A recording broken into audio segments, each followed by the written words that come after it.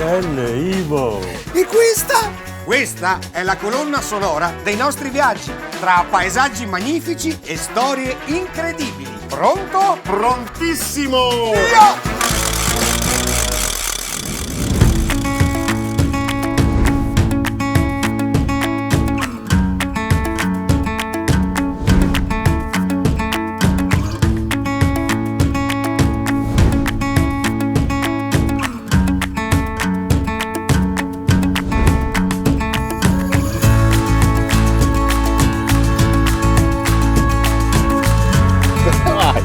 Ivo Galli! Dimmi, Lele Marcassa! Sei contento? Contentissimo! Ma dove mi hai portato? Siamo nel cuore della Val di Non, nella provincia autonoma di Trento. In questo caso a Cles, che è il capoluogo di questa vallata in cui storia, mele, natura e paesaggio si sposano. Lele. Respira. Siamo in Trentino.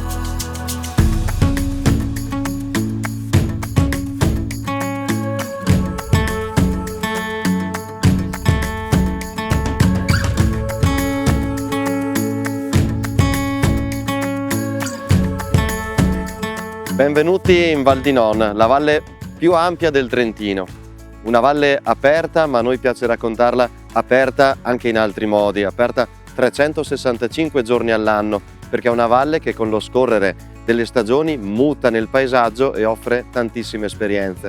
Siamo proprio nel cuore della Val di Non, alle mie spalle Castel Cles, uno dei tanti castelli della valle, ma a noi piace dire che la Val di Non è aperta perché anche aperti sono i nonesi, chi la Val di Non la vive, pronti ad ospitare chi vuole venire a godere delle nostre bellezze. Ci aspetta un viaggio alla scoperta dell'enogastronomia, della cultura, del paesaggio, delle tante esperienze che si possono fare in questa valle, e in questo momento lo spettacolo è unico perché in primavera c'è lo spettacolo della fioritura dei meleti.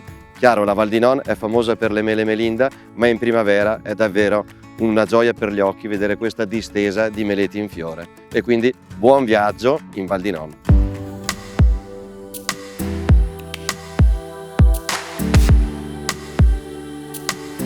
Siamo nel cuore della Val di Non, in un punto panoramico vicino alla borgata di Cles.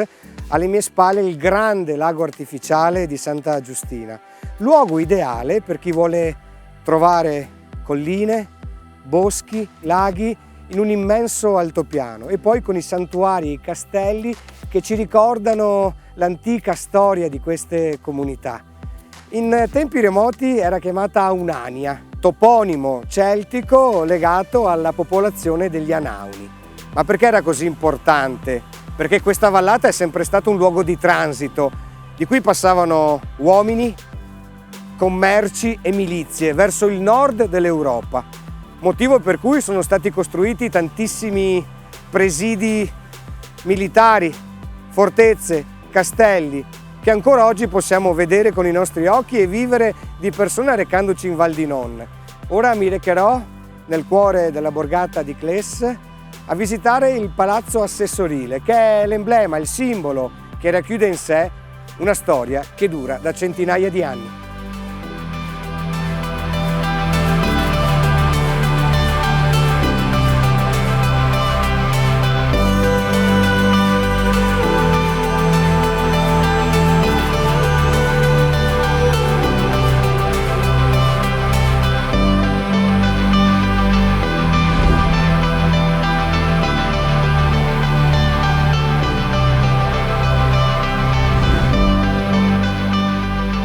Mi trovo in piazza Cles. Alle mie spalle c'è questo palazzo antico che è il simbolo, secondo me, di questa borgata, ma anche di questa meravigliosa vallata, proprio perché in sé ricostruisce la storia sociale di tutte queste comunità. Pensate che la torre attorno a cui fu costruito risale al XII secolo, ma ha avuto destinazioni d'uso davvero delle più svariate. All'inizio era un magazzino per derrate alimentari, poi diventa un palazzo nobiliare, quindi una dimora di famiglie facoltose, tra cui per esempio i Sant'Ippolito, i Cles stessi e i Thun.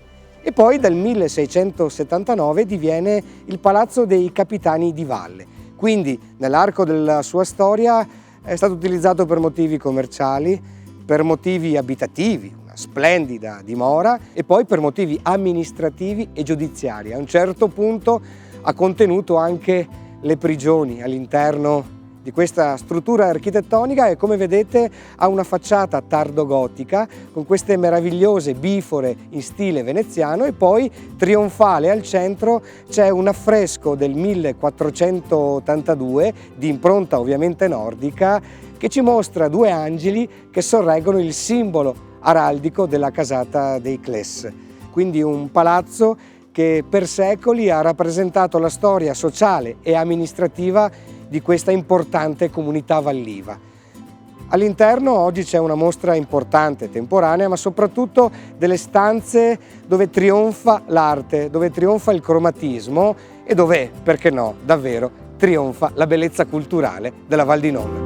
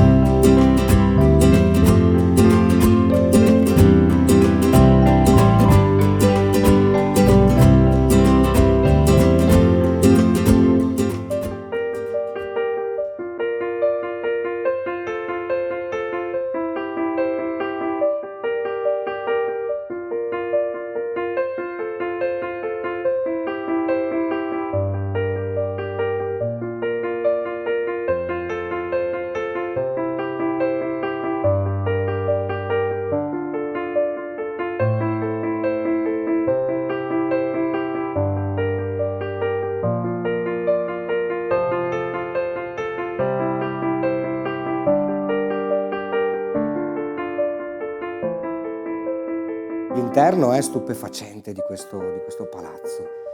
Ci sono due piani con molte stanze affrescate con dei cicli del 1543 di Domenico Brusasorci e del Fogolino, che hanno reso ancora più bello questo palazzo antico che domina appunto il cuore della borgata di Cles.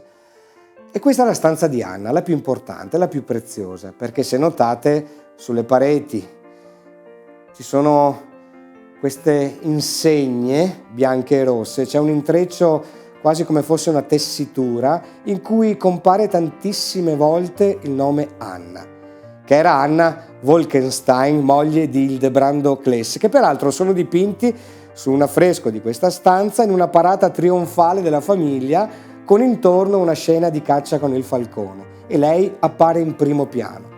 Però ciò che più di tutto mi ha stupito per bellezza, per drammaturgia, è l'affresco in cui si assiste all'uccisione del cinghiale da parte di Meleandro, ed è una scena apocalittica. Poche volte mi è capitato di vedere una scena così cruenta su un affresco di un palazzo nobiliare.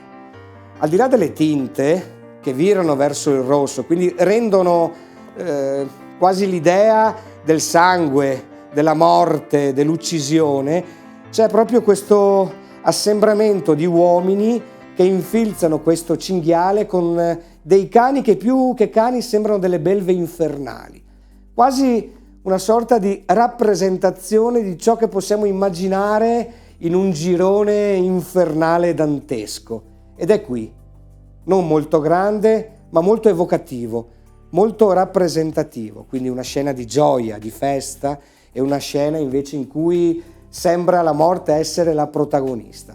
Chissà dove ci volevano portare con questa sorta di antico fumetto che ricostruisce una storia mitologica. Però è bello essere qui e scoprire che in questa provincia autonoma di Trento ci sia davvero così tanto splendore artistico che illumina i miei occhi e il mio cuore anche di gioia.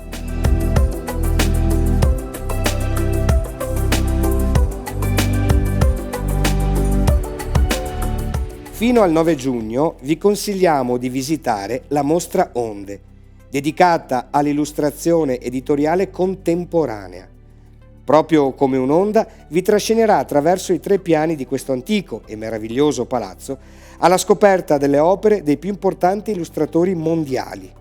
Ci sono all'interno anche delle splendide illustrazioni dedicate alla grande poetessa Alda Merini. La mostra è promossa dal comune di Cles e curata da Paola Parenti.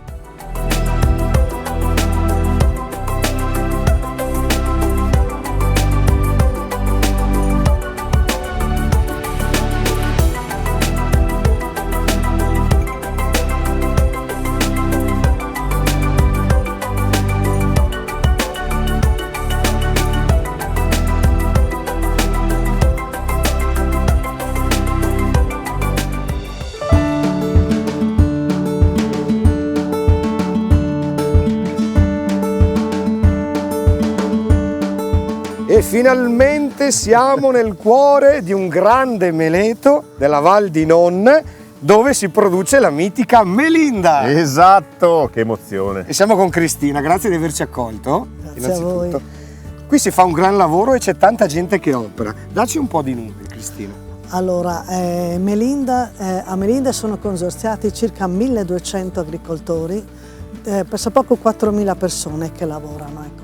E produciamo circa 40.000 tonnellate all'anno di queste mele, insomma, che vengono poi stoccate in 16 magazzini, l'ultimo dei quali è un magazzino in ipogeo, vuol dire proprio sottoterra, in queste grotte di una miniera già usufruita, stata già sfruttata, dove Melinda conserva proprio queste mele proprio a temperatura costante. In maniera naturale. In maniera naturale, a temperatura costante. E poi ci sono vari tipi di mele, Cristina. Sì, Io conosco la Golden, però non è che ne so tanto. Ecco, la maggior parte sono golden. E ci sono anche diversi momenti della raccolta. Prima si raccolgono le mele Red Delicious, le rosse, e poi ci sono le mele Renetta, poi la golden, quella gialla, la classica, e poi ci sono diverse qualità club che ha solo Melinda, che sono proprio delle qualità proprio club si chiamano, di cui fa parte anche la Morgana, che ci sono diverse qualità, sono mele rosse, mele croccanti, mele dolci e croccanti, che si conservano molto bene. Coltivare le mele è impegnativo, è un grosso lavoro, ma ci sono delle fasi principali? Allora, le fasi principali sono all'inizio la potatura, che viene fatta subito dopo la raccolta, si inizia per poco, così fino a diciamo il periodo di comincia a novembre, dicembre, Okay. così, fino a marzo, così insomma, no? Ecco la potatura. Poi abbiamo anche il dirado manuale, cioè proprio star lì, tirar via proprio tutti i frutticini, perché così la mela la prepariamo come il mercato ce la chiede. Certo. E poi alla fine la raccolta. La raccolta viene fatta da circa metà settembre a metà ottobre, pressappoco. E in valle arrivano tantissimi raccoglitori, viene fatta tutta a mano, manualmente, mela per mela proprio. Fantastico. Ecco, sì, sì, Questo è l'oro della Val di Non. Difatti noi chiamiamo il nostro oro, le nostre mele, ecco. Adesso vedete la fioritura, però immaginatevi in autunno tutte le mele sugli alberi, sono 2 periodi molto belli, insomma. Dobbiamo tornare in autunno a vedere i pomi, a vedere i famosi pomi, insomma. Ecco. E ci avete preparato anche la merenda, come Sì. fate voi di solito? Allora, vero? noi abbiamo anche un agriturismo da cui ai nostri ospiti serviamo i dolci fatti con le nostre mele e il succo fatto con le nostre mele proprio. Ecco. Direi allora, cara Cristina, di fare un brindisi Esatto. con il succo di mele Melinda. Senz'altro. Allora noi brindiamo alla Val di Non, a questo paesaggio straordinario, brindiamo a Melinda, all'oro, Senz'altro. a questa vallata, ma soprattutto brindiamo con Cristina. Grazie, cin Evviva. cin, Evviva. evviva. Melinda. Grazie.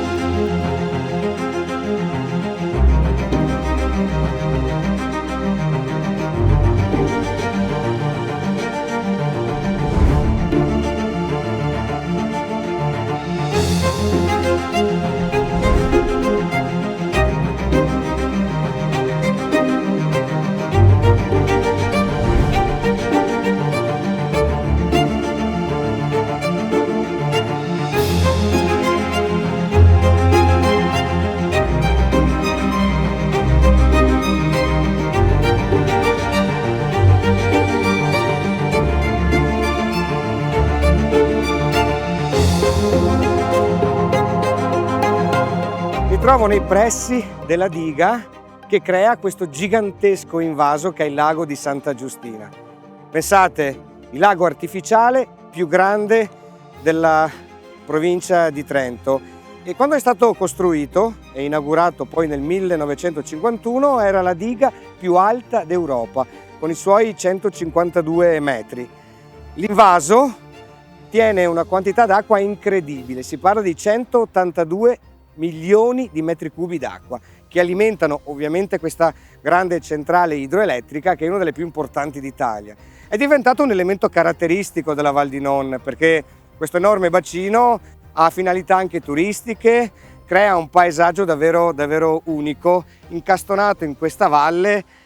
Pensiamo come poteva essere essa stessa prima della costruzione. Non c'erano comunità, villaggi sommersi, anzi qualche maso, qualche casa di campagna, però è stata una linfa vitale prima ancora dell'arrivo della grande coltivazione legata ovviamente alle mele, e quindi ora è caratterizzante per tutta la vallata, uno specchio d'acqua davvero molto brillante e molto grande. Il nome viene dall'eremo di Santa Giustina che si trova proprio sotto alla diga, di cui si hanno documentazioni già a partire dal 1537. Il nostro viaggio continua alla scoperta di questa terra che si fa per noi davvero sempre più magica.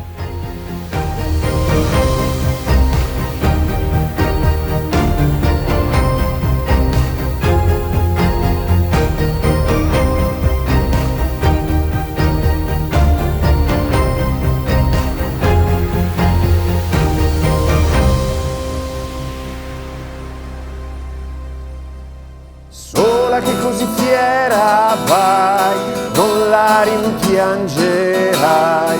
Cogli la prima mela, cogli la prima mela, cogli la prima mela. Sola che così fiera vai, non aspettare mai. Cogli la prima mela, cogli la prima mela, cogli la prima mela. Cantarà la vita tua al ritmo del tempo che va, vivi la tua allegria, cogli la primavera.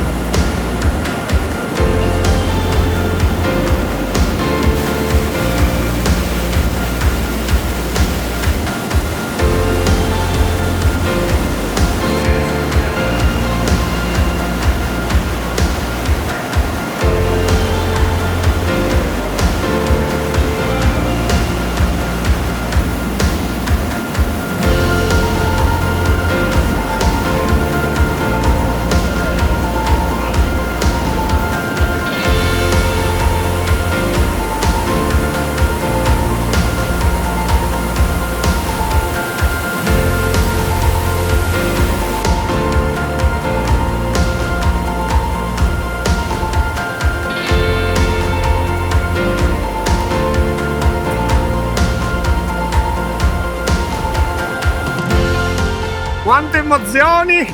Marica, quanto rumore! Parlo un po' forte perché c'è il rumore dell'acqua. Io, credo di aver visto poche volte nella mia esistenza un luogo così magico. Esatto. Dove ci hai portato? Brava. Siamo nel Parco Fluviale Novella, siamo nel canyon del Parco Fluviale Novella, un percorso naturalistico di 3,5 km che si snoda tra i comuni di Dumbel e Novella.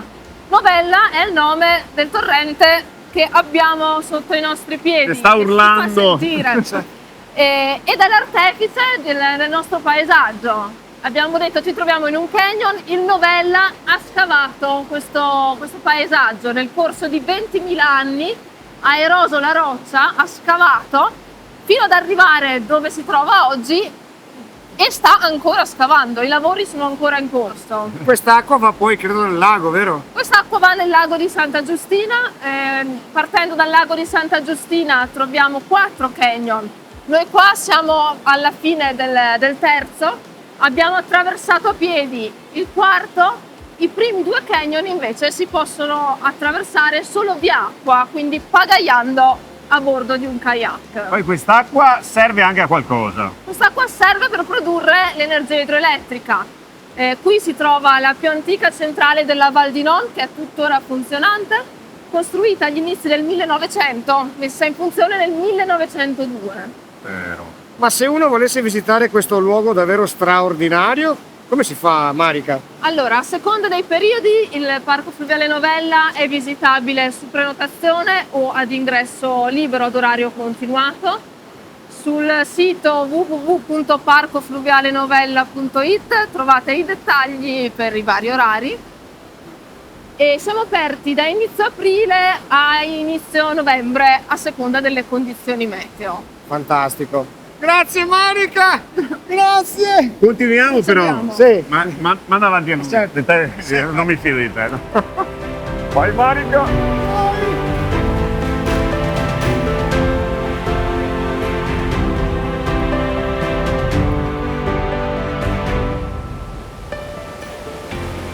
Marica! Eccoci qua. Siamo qui. Allora, qua siamo vicini all'impronta fossile del Megalodon. Dobbiamo immaginarci questo come un vasto mare tropicale e quindi restano i segni della presenza dei loro abitanti. Il Megalodon era questo antenato della cozza, quindi un fossile bivalve rimasto incastrato nella roccia durante il processo di solidificazione. Una volta staccatosi ha lasciato l'impronta che ci testimonia la sua presenza. Questo ci fa capire come fosse un ambiente marino alla fine, come dicevi. Esatto. Fantastico. Straordinario. Proprio una bella cozza. Sì. Andiamo.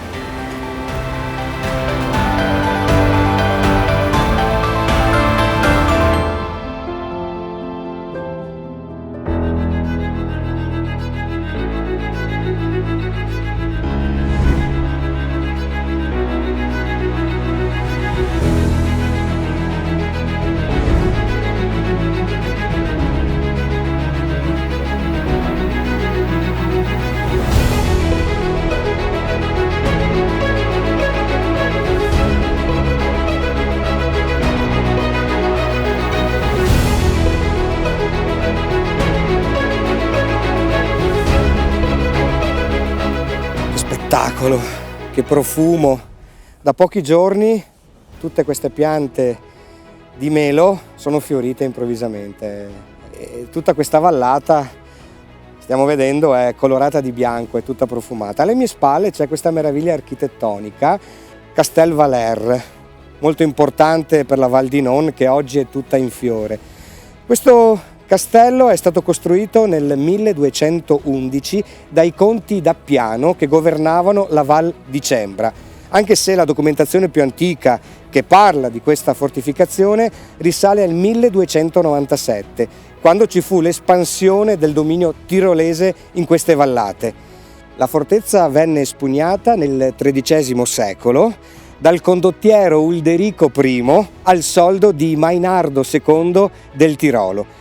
E da lì in poi ci fu un cambiamento di proprietà e di dominazione di questa terra che passò nelle mani degli Spaur, i quali ampliarono il castello stesso. Dovete pensare che sino al XIV secolo la fortezza era molto più piccola, cioè accerchiava il mastio, che è l'attore principale che vediamo ancora oggi. Poi la famiglia Spaur ampliò questo sistema fortilizio sino a creare la splendida architettura che vediamo ancora oggi, distinta in castello di sotto, la parte più antica, e castello di sopra invece la parte rinascimentale. Adesso entreremo all'interno di questo fortilizio che è immerso in una meraviglia di colori che fa bella la Val di Non, fa bella la regione Trentino-Alto Adige, fa bella la nostra meravigliosa Italia.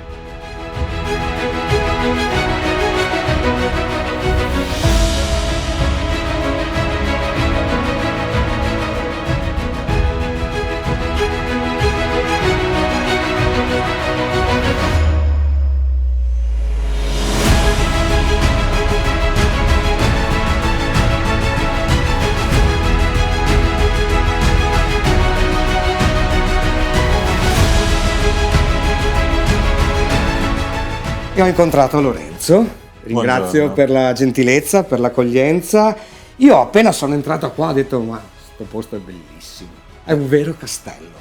Hai detto bene, è un vero castello, e la cosa bella è che è un castello abitato, nel senso che fino ad agosto scorso questa è stata una dimora privata e lo si vede, c'è tutto quello che serve per viverci qui, e non solo quello che serve per viverci, ma quello che serve per nutrire la bellezza degli occhi e del cuore. Infatti dal punto di vista artistico è un trionfo, Lorenzo. È un trionfo, c'è di tutto, c'è la cappella di San Valerio, che è quella da cui tutto nasce, perché il castello si chiama Valer, in quanto esisteva già prima del castello la cappella di San Valerio, poi riaffrescata tutta nel 400 dai fratelli Giovanni e Battista Baschenis, che hanno fatto un trionfo di colori che si conserva dopo più di 550 anni, praticamente perfetto. Ma non solo quella, ci sono le stanze madruziane che sono state fatte nel 500 da Marcello Fogolino, il trionfo del Rinascimento. C'è il Salone Ulrico, che è questa grande sala da pranzo, che ancora si usa peraltro per fare i banchetti, le feste. C'è la sala degli stemmi, con tutti gli stemmi delle famiglie delle mogli degli Spaur, che hanno vissuto appunto qui per quasi 600 anni. Noi siamo in una stanza un po' diversa dalle altre, sembra meno appunto appariscente dal punto di vista artistico, ma ci dà questo senso proprio della vita vissuta. Un salotto caldissimo, con queste finestre che guardano all'esterno, e ci sembra di essere a casa in qualche modo. Ci sembra di essere a casa e sembra proprio di sentire il calore di questa stanza, calore dato dalla stufa a olle tipica anche dei nostri castelli, e poi da questa fodera di legno, di cirmolo in particolare, che tiene caldo d'inverno, fresco d'estate, che dà questo profumo particolare all'ambiente, ed è qui dal 500, anche questa intatta.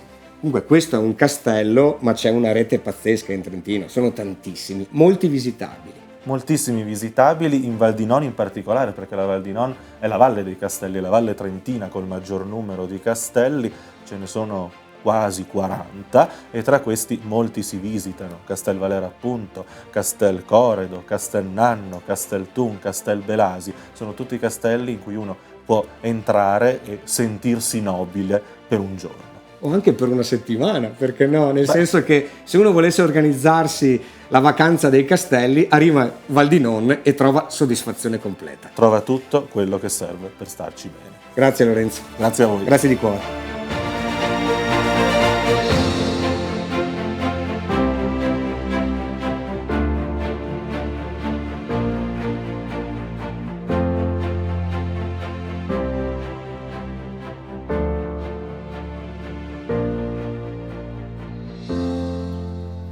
Qua, sì, giusti. Eccolo là. Bruno! Oh, ecco Bruno! Bruno! Ben trovati, ben trovati. Ciao Bruno! Ciao, Bello trovarti, ben trovati. Bruno! Sì. Io so già che con Bruno... Dove andiamo? E andiamo a fare un giro nei prati a raccogliere il tarasciacco per fare un piccolo contorno per oggi. Dai. Voi andate a raccogliere, io vi aspetto qua per prepararlo e poi mangiarlo. ok? Vabbè, noi andiamo a lavorare, tu va bene. Ciao, stai qua. ciao. Prepara una bottiglia di vino comunque. Assolutamente sì. Ci mancherebbe.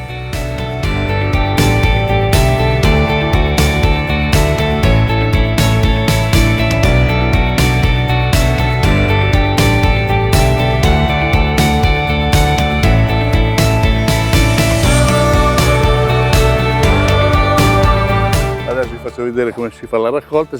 Questa è la pianta del tarasciacco. Sì, Si prende la foglia, ok. si alza un po', si infila il coltello in profondità più che uno può e gira.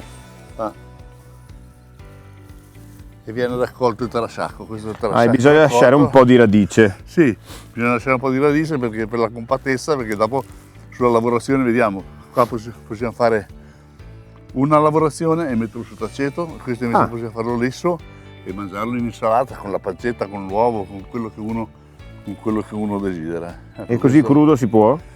Adesso crudo, no? Crudo è buonissimo, Posso? certo è un po' amaro adesso. È un po' amaro, una cicoria amara, una cicoria...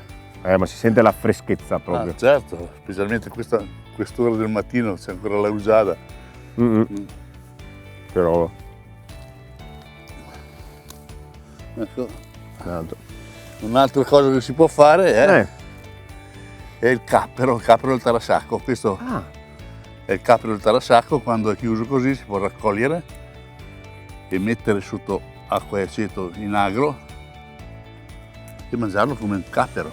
Un panino, mangiarlo Bella come- questa cosa, proprio non l'avevo mai vista. Quindi il fiore prima che fiorisca. Prima che diventi così o che diventi Ok. più grande, perché adesso è chiuso perché è mattino presto, dopo si apre. Questo invece si può lavorare così. Con questo invece si può fare il miele di tarasciacco. Con questo un infuso in un vasetto, zucchero, adesso per tutt'altro vediamo dopo quando siamo giù. Zucchero, fiore e si lascia Quindi non è un miele d'ape, ma è un- sembra un miele. un miele di tarasciacco. Interessante. Ecco, dopo Ma la radice vediamo. invece viene buttata via o puoi No, usare per la qualcosa? radice, allora, adesso io l'ho tagliata corta così perché Ok. questo, se uno vuole adoperare la radice si può adoperare per fare il caffè. Il caffè allora viene scavato con un piccone un po' più in fondo che quindi venga una bella. radice Ok. bella lunga, si pulisce un po', si lascia un po' il sole che si asciughi, va messa in forno, lavata, va messa in forno e seccata. Una Ok. volta che è seccata si frulla e diventa caffè, fa caffè di tarasciacco, si fa un caffè, Vero. un caffè con un caffè di cicoria chiamiamolo le donne, no? Ecco, Quindi questo si è usa realmente tutta la pianta. Tutta la pianta, dal fiore, dalla pianta, Le foglie. quando è piccolino, allora è meraviglioso, 10 giorni fa era meraviglioso da mangiare, lo mangi così, puoi mangiarlo tutta la pianta cruda così. No? Adesso è un po' più grande, che adesso bisogna lavorarlo.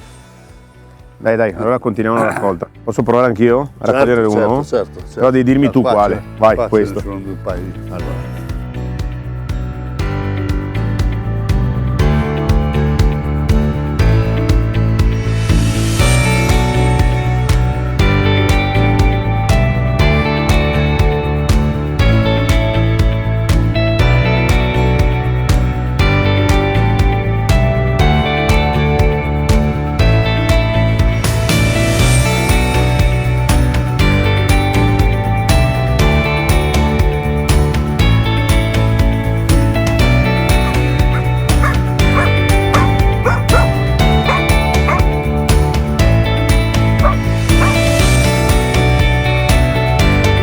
Siamo sul versante orientale della Val di Nona, alle mie spalle vedete la Valle Fiorita in questo momento, in questa bella stagione, il Brenta, le Maddalene ancora imbiancate.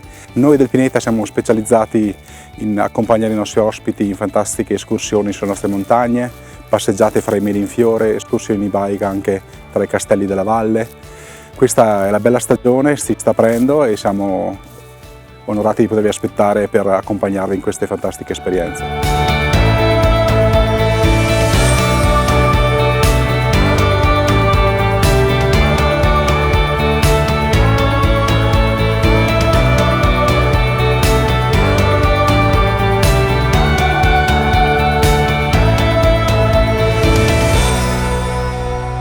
In mezzo ad un oceano di meli in fiore c'è un altro albero che fiorisce con fiori bianchi in questo periodo. È il ciliegio, guardate, un'esplosione di vita. Neruda diceva: vorrei fare con te quello che la primavera fa con i ciliegi. Guardate, Il ciliegio, il Prunus avium, della famiglia del pesco, il Prunus persico, della mandorla, dell'albicocca. Prunus avium perché è il pruno degli uccelli, probabilmente perché gli uccelli vanno molto ghiotti dei suoi frutti e grazie a questo riescono a trasportare i semi all'interno di essi per spargerli anche molto distante. Questo favorisce la biodiversità. Ciliegio da Kerasos, da Ceradonte, probabilmente il paese da cui fu poi portato in Europa. Da sempre è l'albero associato alla dea Venere, la dea dell'amore. Infatti si dice che porti fortuna fare una promessa d'amore proprio sotto un ciliegio. In Austria, se si prende un rametto di ciliegio il 4 di dicembre, lo si mette in acqua, se fiorisce entro Natale, l'anno a venire sarà fortunato. Un albero generoso perché è molto vicino alle nostre amiche api. Infatti anche il miele di ciliegio è molto ricercato e molto buono. L'albero dell'amore. Per questo io ora lo abbraccerò. Perché abbracciare un albero porta fortuna, ma soprattutto ti allunga la vita.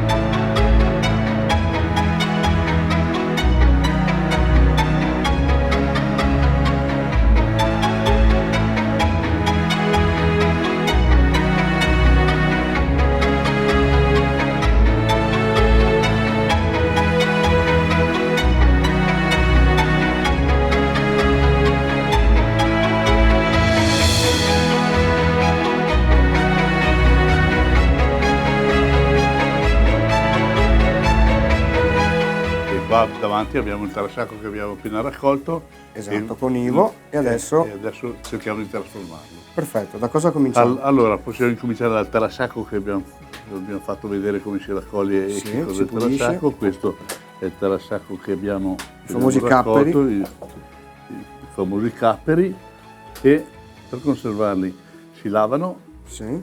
e poi si mettono C'è anche Bianca con noi, si che è la mettono moglie, che ovviamente ringraziamo. aceto, Aceto, acqua, aceto, vino bianco e un po' d'acqua. Si fanno bollire una sbollentata, si mettono in un vasetto, ermetico, si chiudono col proprio aceto, si può anche mettere, invece di mettere l'aceto si può levare l'aceto e una volta cotti si possono mettere un po' d'olio d'oliva. Questo dipende un po' dai gusti. dai gusti, certo. E questa è una preparazione. Questa è Poi la si ma- prima, il si ma- cappero. Ok, e si mangia con i salumi, come un cappero normale. Seconda preparazione, Bruno. Seconda preparazione. Allora facciamo la foglia di tarasciacco che abbiamo preparato. Questa è la foglia. Ok, in una ciotola. Questa è l'insalata. Questa è in insalata. Ok? Sì. L'insalata si può condire sale, pepe, olio e aceto, così. E basta? O Oppure? basta, oppure si prende un po' di pancetta, si Che dà un po' di sapore in più. si rosola in un po' di olio si rosola, e una volta rosolata Fa uscire un po' il grasso. esce un po' di grasso, si mette un po' d'aceto. Adesso qua a cuocerlo un po'. Questa è E si condisce. la cucina che va a legna, eh? La cucina economica. E si condisce il tarasciacco. Ah, ecco. Quindi molto semplice questo. Molto semplice. Questo è veloce, semplice, veloce. No, questa è una preparazione. Che profumo. La seconda l'abbiamo fatta. Ok, sempre con le foglie. Sempre con le foglie, se si vuole fare cotta, si prende terrasacco si prepara un po' di cipolla, Si fa rosolare. si fa rosolare, l'abbiamo già preparata la rosolata. La preparata Un bianca in altro, realtà. un altro po' di pancetta che è qua. Ah, quindi le lessiamo prima e poi Sì, una le scotta spadelliamo. prima, e dopo le spadelliamo. E questa è la seconda cottura. Sempre della foglia del terrasacco. Più avanti che si va, più va fatto queste lavorazioni perché si ammorbidisce un po' di più. Ecco. E questo è un contorno, ma può Sì, essere questo anche... può essere un contorno a un arrosto, a una bistecca, a un brasato, quello che ci vuole. Perfetto. Ok. Quindi ricapitolando, i capperi si usano come capperi e vengono semplicemente Sotto messi aceto. sotto aceto, ok. E Poi c'è, si possono mangiare tra 2 mesi, 3 mesi. si conservano. Si conservano. Poi invece con le foglie abbiamo fatto l'insalata L'insalata. con la La pancetta, pancetta e aceto. poi invece l'essa con le uova e queste abbiamo spadellati Questo è con la brasato. cipolla. Questa è brasata, con il terrasacco lessato e brasato. E questo è un contorno a qualsiasi altro piatto. Perfetto, io direi Bruno, se sei d'accordo, con Bianca facciamo nel tuo piccolo regno che è la cantina un brindisi insieme alla primavera. La mia il mio rifugio degli amici, io lo chiamo. Ok.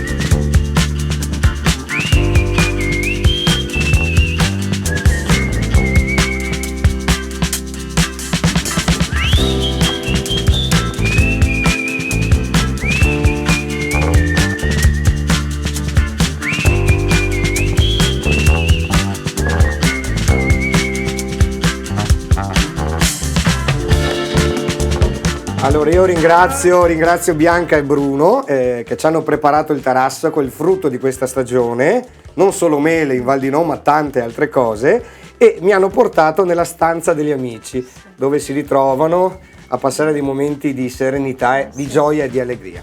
Abbiamo vissuto questi attimi davvero col cuore insieme a voi. Siete anche genitori di Nicola, quindi ringraziamo tutta la famiglia per la grande accoglienza, l'ospitalità e soprattutto questa gioia che ci hanno trasmesso quest'oggi. Grazie a voi. Facciamo un brindisi tutti insieme, evviva quindi la Val di Non, evviva la famiglia Sicker, grazie di cuore. Grazie. Noi facciamo una piccola pausa, torniamo fra pochissimo. Evviva! Cin cin.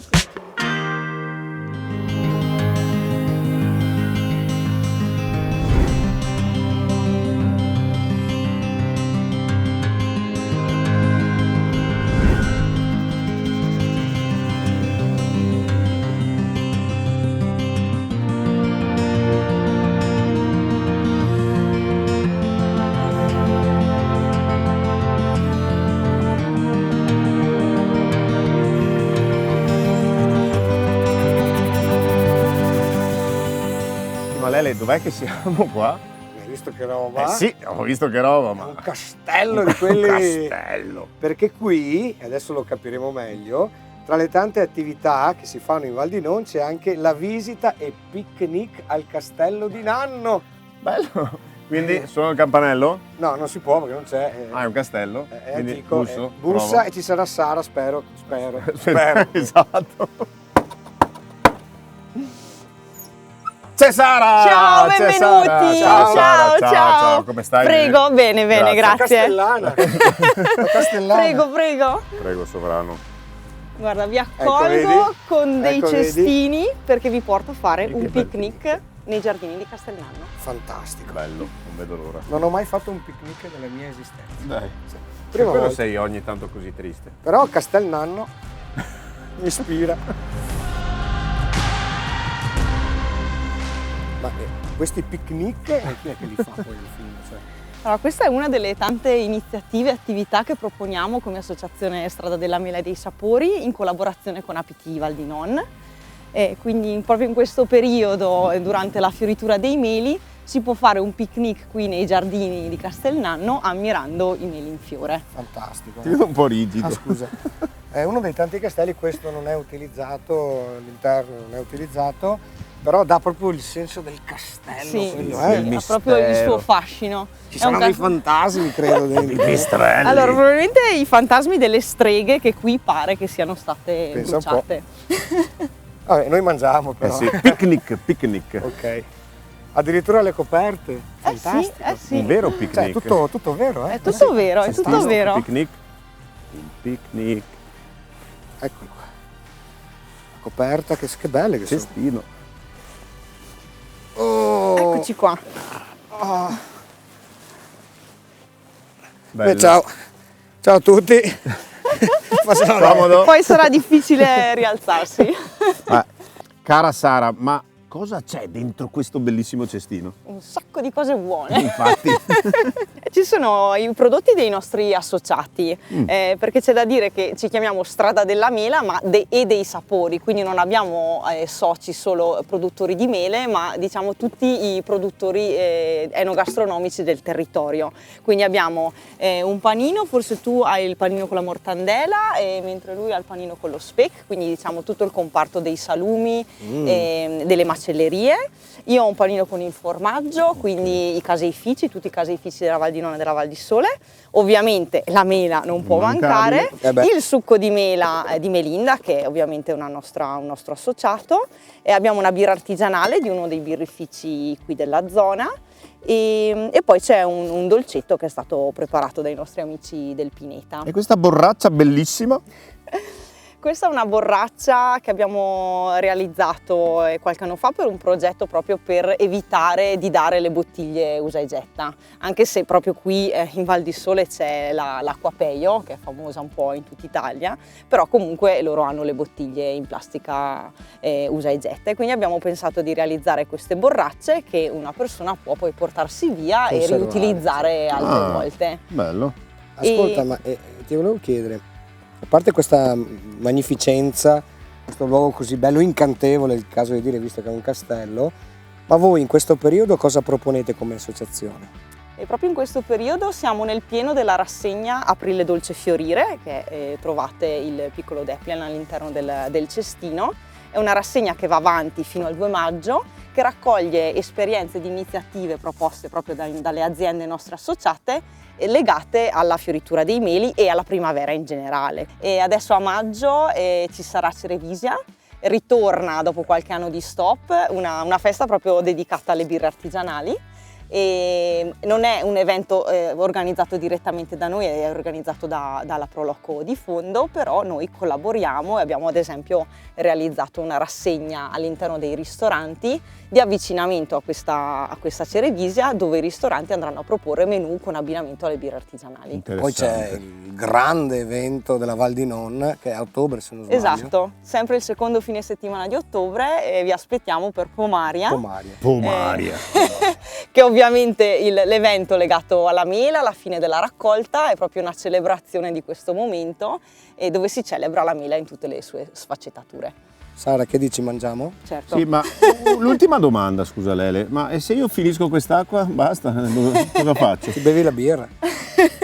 Allora, questo è un progetto proprio legato alla mappatura delle fontane del territorio. Infatti, seguendo questo QR code si può scaricare questa app che si chiama Refill, dove si trovano le fontane. È un'app internazionale. Noi abbiamo fatto un lavoro di mappatura delle fontane della zona, quindi il turista che si trova in Val di Non durante la settimana può riempire la borraccia in altri punti pensa, acqua. quanto avanti sono Sì, qua, sì, questa è veramente interessantissima. Mangiamo. Buon appetito! Grazie Sara, grazie davvero.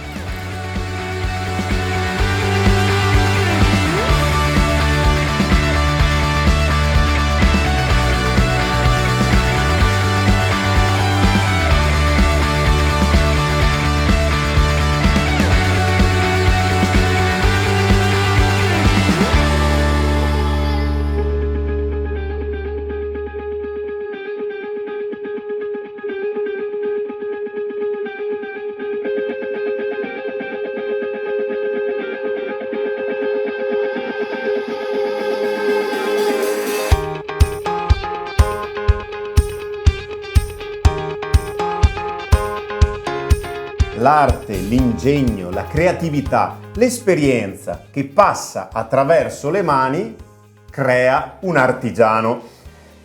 E io qua ho 2 esemplari non indifferenti di artigiani, pensate, di frustai. Sono gli ultimi 2 rimasti nel mondo. Loro creano fruste e qui a Taio, dal 1830, c'è questa tradizione. Cos'è successo?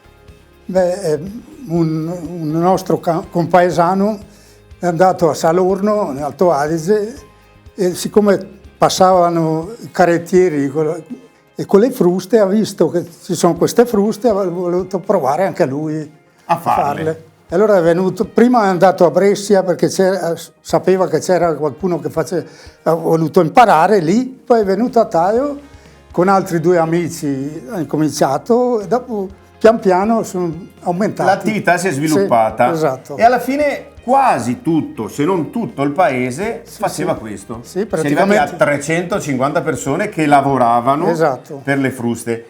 Tanto che qui non si è sentito il problema dell'immigrazione, perché tutti avevano lavoro. Esatto. Giusto Tullio? Esatto. Passo a Rocco. Dimmi. Come mai si usa il bagolaro? Hanno provato diversi legni e il legno migliore, meno scarto e più flessibile. E allora hanno usato e di fatto questo ha dimostrato che è un legno molto adatto. Quindi i due fratelli. È molto flessibile. I 2 fratelli Tamè e il bagolaro. Sì, è il esatto. vostro terzo fratello. Senti, ma stare tutto il giorno a lavorare con tuo fratello, cioè com'è? Andate d'accordo? Ce la fai? No, uno fa un lavoro, uno fa l'altro, e allora è più... Siete in equilibrio, Ecco. anche perché dopo tutti questi anni, se dopo- non fosse così... dopo si adatta, insomma. Cari artigiani, cari ultimi 2 frustai del mondo, io ho voglia di imparare qualcosa, anche perché voi siete veramente dei leggendari difensori di quest'arte. Mi insegnate qualcosa? Senz'altro, basta. Dai. Possiamo metterci Posso? a provare. Benissimo, Senz'altro. dai, cominciamo. Dove Ok? parti? Partiamo da qua, Dai. vai. Parto qua.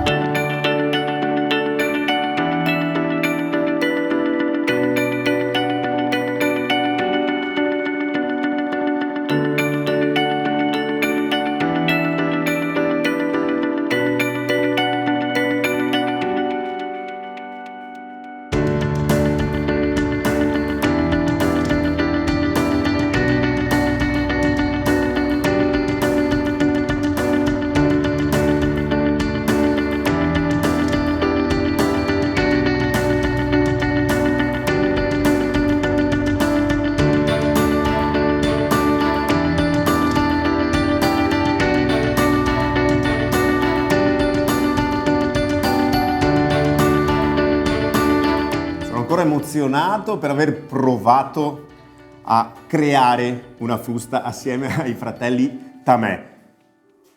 Per fortuna c'è anche chi, amando il suo paese, lavora per preservarlo.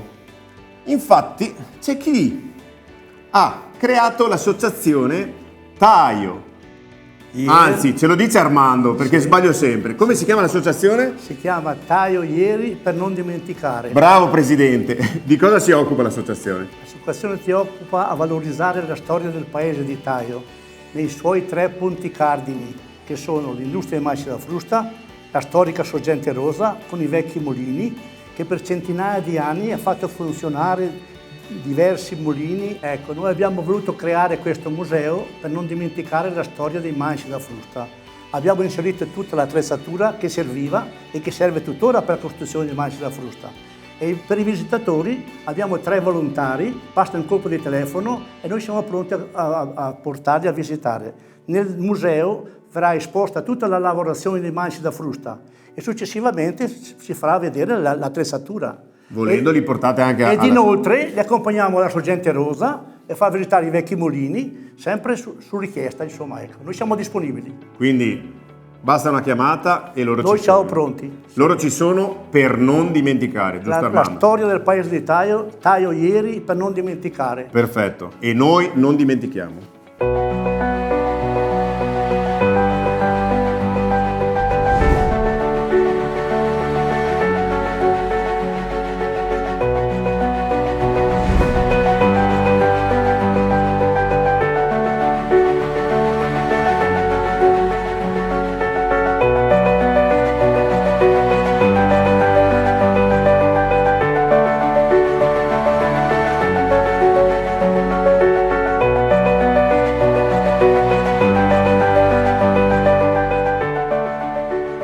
Questo è un luogo di pacificazione, di preghiera, di silenzio, a stretto contatto con questa vallata rocciosa. 3 sono i canyon che si uniscono e questo è il vertice proprio di una enorme pietra, potremmo dire, che ha una storia molto molto importante per chi crede, per chi ha la religione cristiana. Infatti, cosa è successo? Nel X secolo il nobile Romedio, facente parte della prestigiosa casata tirolese dei Taur, sentì la voce di Dio, quindi la vocazione. Si spoglia dei suoi beni, rinuncia ad ogni ricchezza, sale su questo monte di roccia e qui decide di vivere in solitudine e ovviamente in preghiera, perché riteneva che questo luogo era a diretto contatto con il Signore. E quindi è una storia di altri tempi, di questa vocazione a vivere in solitudine, a contatto solo con la natura. Poi, quando morì Romedio, i fedeli, che nel frattempo erano sempre più devoti a questa figura, decisero di seppellirlo proprio qua. Scavarono la nuda roccia e crearono il primo sacello del santo. Tutto questo rimase immobile, immutato per centinaia di anni. Tra il XV e il XVI secolo i fedeli, un gruppo sempre più ampio di cristiani, decise di edificare ciò che vediamo oggi, ciò che ha trasformato questa pietra in un santuario, con 3 chiese, una dedicata a San Michele, una a San Giorgio e ovviamente questa dedicata a San Romedio. Poi nel corso del tempo è stata ancora ampliata tutta la zona circostante il santuario e infatti il portale d'ingresso che vediamo è un arco bellissimo del 1770. Con 132 scalini si arriva quassù, in parte coperti e tutti assolutamente costellati di ex voto. Tantissimi fedeli chiedono la grazia e poi appunto lasciano un ricordo, qualcosa, un oggetto per ringraziare il santo della salvazione. Oltre a tutto questo c'è una leggenda miracolosa legata al santo. Pensate che in tarda età decise a un certo momento di raggiungere il vescovo di Trento Vigilio. Partì a cavallo da qui, in un momento del percorso fu aggredito da un orso, il quale uccise e sbranò il cavallo. Miracolosamente il santo riuscì a domesticare la belva, la quale strinse un rapporto spirituale con l'uomo stesso e cavalcando l'orso il santo riuscì a raggiungere proprio il vescovo di Trento. E quindi c'è questo legame tra santo e orso che continua ancora oggi. Infatti nel parco del santuario dimora un vecchio orso strappato a una terribile cattività. E questa leggenda ci racconta quanto questi luoghi riescano a riempirci di emozioni, ma soprattutto di gioioso spirito armonioso.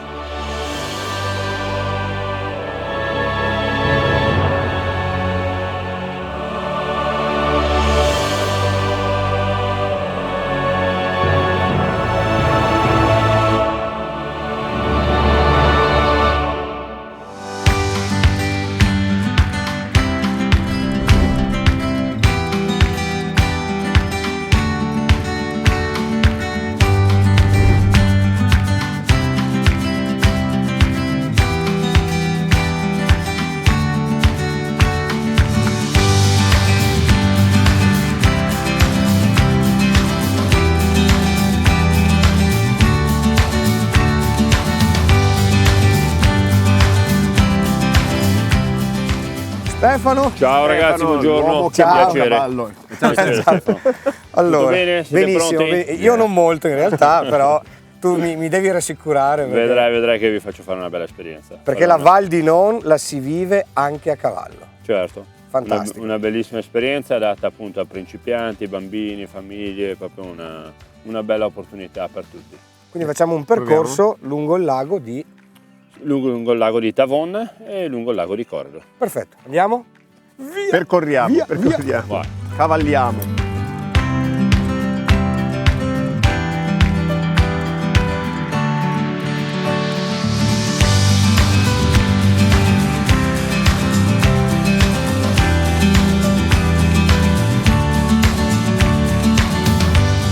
Stefano, che emozione! Bello? Eh? Sì. Allunga un po' le braccia così lo lasci un po' più morbido. La bravissimo. prima volta. Tira un po' a destra, tira un po' a destra. Bravissimo, sempre Sì, bene al Lele. centro. La mia è bravissima. Bravissimi. Cerco di tenere sempre, ragazzi, le punte bene verso l'alto, i talloni bene in ok. basso. Lo tengo bene al centro del sentiero, così imparo un po' a guidarlo. Se lui va troppo vicino al bordo verso sinistra, spingo un po' le mie mani verso Sì. destra o viceversa. Perfetto. Come andiamo, ragazzi? Bene, Benissimo. quante volte fai questa cosa tu? In un Ma mese, in una settimana? Dipende dalle giornate, solitamente 5-6 volte al giorno, a volte ok. anche 8, a volte 10, dipende insomma. E quanti sprovveduti come noi incontri? Allora, calcola che noi abbiamo la classica passeggiata principianti, che c'è sia di 1 ora che di 2 ore, che è appunto una cosa molto molto semplice, piacevole, da fare appunto anche a livello di famiglia. Si riesce a fare appunto senza nessun tipo di esperienza. Già anche con i bambini vengono accompagnati e poi invece gli adulti vanno in autonomia. Stefano, perché consigliare a qualcuno di salire a cavallo in questi luoghi? Allora, salire a cavallo penso che sia una cosa meravigliosa perché interagisci appunto con un animale e ti rilassi e ti godi la natura. È molto rilassante, molto piacevole, infatti appunto l'equitazione viene usata tanto anche nell'ipoterapia e appunto si fa ipoterapia e attività appunto con i bambini. Stefano, quanto bello è fare il tuo lavoro da 1 a 10? Per me 10, poi naturalmente è soggettivo, però insomma a me piace molto, poi io appunto ci sono nato dentro, perciò oltre che un lavoro è una grandissima passione. Io vorrei anche ringraziare tua moglie, che è stata gentilissima con noi, mi ha fatto salire per la prima volta a cavallo, quindi è il mio debutto totale con Lo devi a Angelica lei. e ovviamente con Stefano. La ringraziamo, Ivo! Sì, è qui dietro, è qui dietro. Ciao Che Angelica! Ci controlla, grazie Angelica. Ma devo ammettere, caro Lele, che per noi super principianti non è così spaventosamente difficile. Perché alla fine loro ci hanno insegnato le basi e stiamo andando tranquilli, ci seguono. Cioè io sento, come dire, un senso di tranquillità e sicurezza. Stefano e Angelica, noi vi ringraziamo Grazie a voi ragazzi per questa emozione che ci state regalando! Grazie Ivo, a voi per esserci dimmi, venuti dimmi, a Lele. trovare e per aver voluto fare questa bella esperienza. Grazie in di sella a cuore. questo bellissimo animale. Grazie di cuore Stefano e Angelica. Ivo! Sì, sono triste perché è bellissimo qui e sta per finire. Sì, noi galoppiamo verso la chiusura di questo nostro magnifico viaggio in Val di Non. Ok. Io galloppo. Si è fermato. Sì, ho fatto le avrò detto qualcosa che non dovevo. Vai, allunga un po' le braccia, bravo.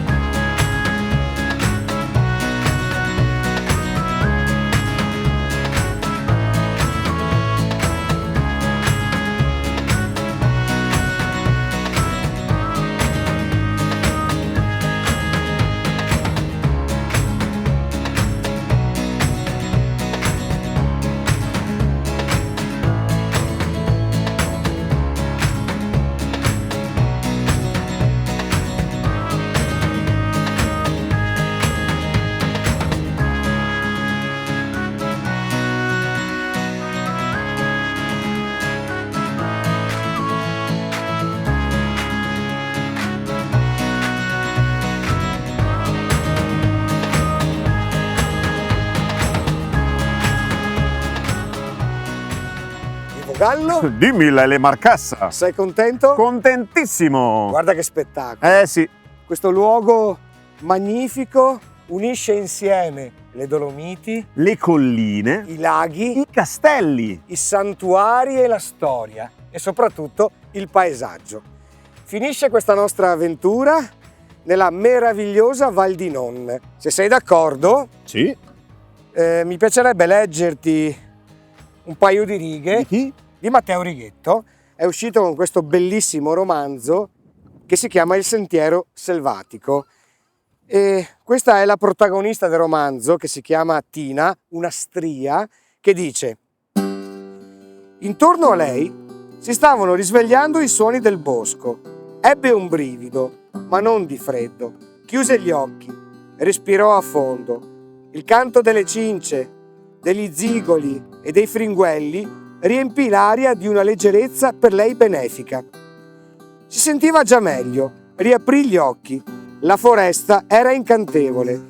Si sentì parte di essa, come se fosse un albero, un animale, oppure una roccia, o ancora il muschio sul terreno. O tutto questo insieme.